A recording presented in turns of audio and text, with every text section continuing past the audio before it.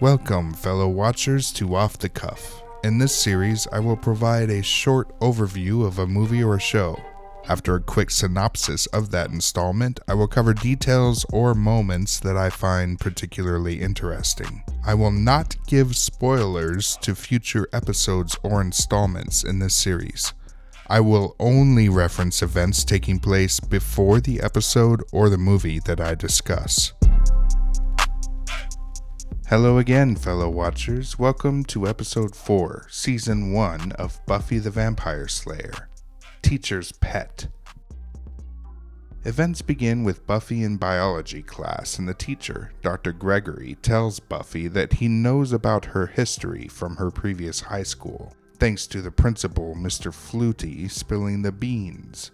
But Dr. Gregory seems to insist that Buffy is smarter than she lets on, and that she would excel in the class if she only did her homework. This is to establish that Buffy finally has a teacher that sees more about her than just as a troublemaker. However forced this seems, it's as if there's some reason for a nice teacher for Buffy to connect to. Is this a bad omen? I sure hope not. That would be stupid. We end up back at the Bronze, where there's another shameless plug for some awful 90s pop band, and Angel happens to be there, staring with sexy yearning at Buffy from a distance. Who's that? That must be Angel. He's a very attractive man. How come that never came up? I mean, this is cool as ice levels of wannabe coolness right there.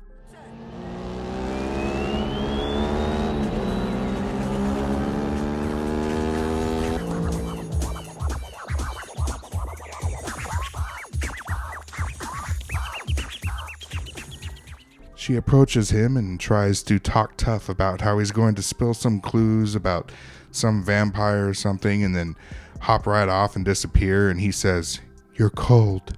She's all like, "But you can take it." And he's all like, "No, you look cold." And he takes his jacket off and lets her wear it. How chivalrous. There's a scratch on his arm. It was from a heartless vampire that for some odd reason has attached a claw to his broken hand, like Vega in Street Fighter 2. Angel spills some clues about this vampire and tells her to be safe, then walks away like he's some badass drifter that exudes suave confidence. Meanwhile, Xander is playing I'm Totally Not a Virgin games with another virgin, Blaine, who is a jock that totally gets more chicks than Xander, which would be none. During lunch at the cafeteria, Cordelia screams out as she opens the freezer and finds Dr. Gregory. Well, most of him at least.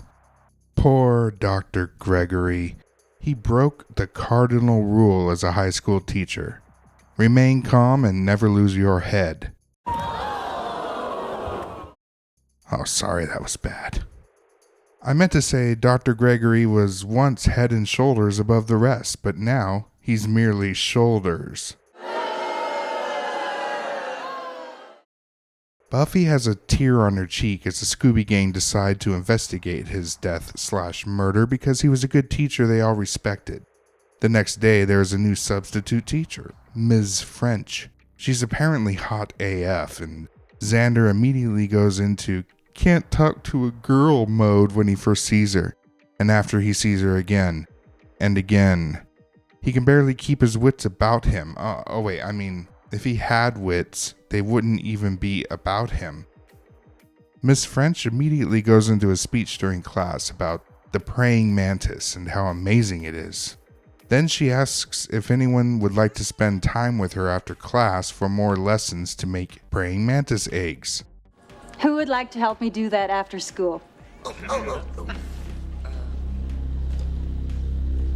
Good. Ha ha ha ha. Buffy treks the dark night in search of vampires to kill, and the clawed Avenger vamp shows up. She chases him, but Buffy sees him immediately shirk away in fear as Miss French walks by him. There's something more to that lady than meets the eye, apparently. Cut to the next day, and Buffy is late for biology class, and for some strange reason, while Buffy looks through the door window into the classroom, Miss French twists her head around backwards and sees Buffy. But why? No one knows. Why give away that you're not human like that just so Buffy can see? Anyway, Buffy deduces that Miss French may be some kind of praying mantis. She tells Giles this while holding a book in the library that apparently helped her figure out about praying mantises. Mantisae? But Buffy had a lecture about it from Miss French earlier, and Miss French twisted her head backwards already, so I don't know why Buffy would need to go to the library and study up on praying mantisae at all. Oh, and also Buffy mentions that Blaine went to study with Miss French after class the day before, but didn't show up that day. What? No one is able to put pieces of a nearly complete puzzle together in this episode? They can't even do simple math now? Willow? Anyone? Well, not you, Xander. What? This is not even putting 2 and 2 together. This is like putting 1 and 3 together, which is, of course, way less than 2 2s. Come on, people. Who the heck wrote this episode? They must have really been in a hurry to pump some episodes out because there's no A-team writing for this one. It's more like the F+ team. You know what I'm saying? Thanks. I'll be here all week. Willow hacks into the coroner report, and there were bite marks around Dr. Gregory's neck, so some bug-like creature probably killed him. Soon, Giles reaches a contact through phone. This is before cell phones, and he says that Miss French had killed some students in the past, and the source says that she is a she-mantis, similar to succubi or sirens and creatures like that feed off male essences in some way, non-disclosed specifics. She-mantises go for virgins. Xander goes to Miss French's house for, tutoring? I don't know. I don't know. I'm so against the idea that a teacher that looks like that would try to seduce a student. Those poor, poor students. She gives Xander a martini, but he's already drunk on her pheromones, which are used to lure virgins. Poor Xander. She puts him in a cage right next to Blair. Poor Blair.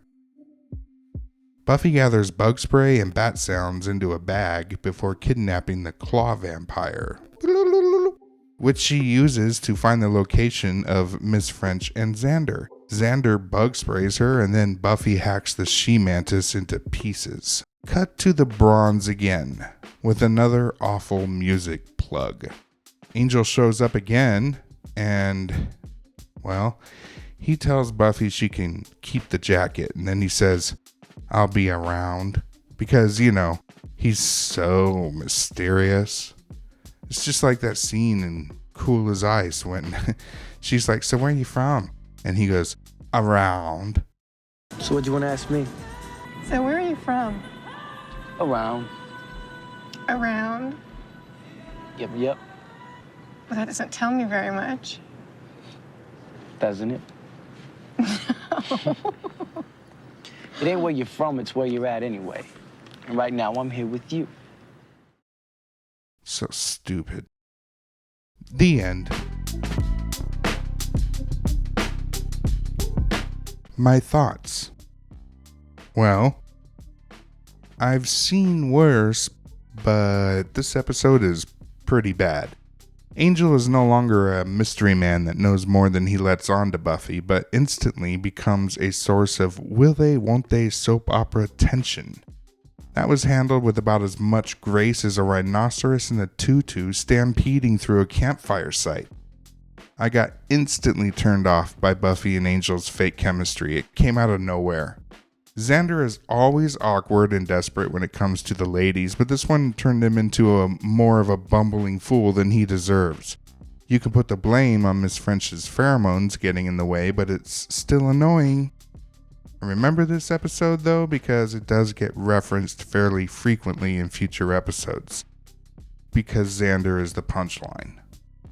The setup for the Scooby Gang piecing the clues of the murder and the She-Mantis mystery is terribly incompetent, and this could have gone in a smarter direction to fix the glaring, conflicting lapses in logic after having all the clues being screened out to them beforehand. This was just a weak episode overall. I didn't completely hate it, but it's the first faltering misstep after 3 pretty decent episodes to start off the show on the right foot. This one used the left foot, slipped on a banana peel, broke its ankle, but kept hobbling. The end. Words of wisdom. Drop that 0 and get with the hero.